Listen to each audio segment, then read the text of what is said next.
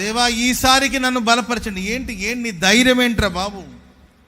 కళ్ళు ఊడబెరికేసేశారు, ప్రతిష్ట పోయింది, పరిశుద్ధాత్ముడు దూరం అయిపోయాడు, ఆత్మ నిన్ను విడిచి తొలగిపోయాడు, నీ నాజీరు వ్రతం పాడైపోయింది, కళ్ళు కూడా ఊడబెరికేశారు. గుడ్డివాడివి నీవేం చేస్తావు? ఒక గుడ్డివాడివి నీవేం చేస్తావు?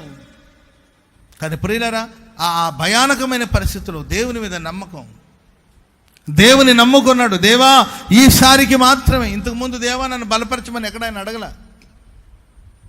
అడిగాడండి నన్ను బలపరచమని? ఎక్కడ అడగల. మొదటిసారి దేవుని అడుగుతున్నాడు, దేవా ఈసారికి నన్ను బలపరచండి అని ఆయన నమ్ముకున్నాడు కదండి. ఆ నమ్మకం అతనికి శక్తినిచ్చింది. ఆ నమ్మకాన్ని బట్టి ఆయన బలపరచబడ్డాడు.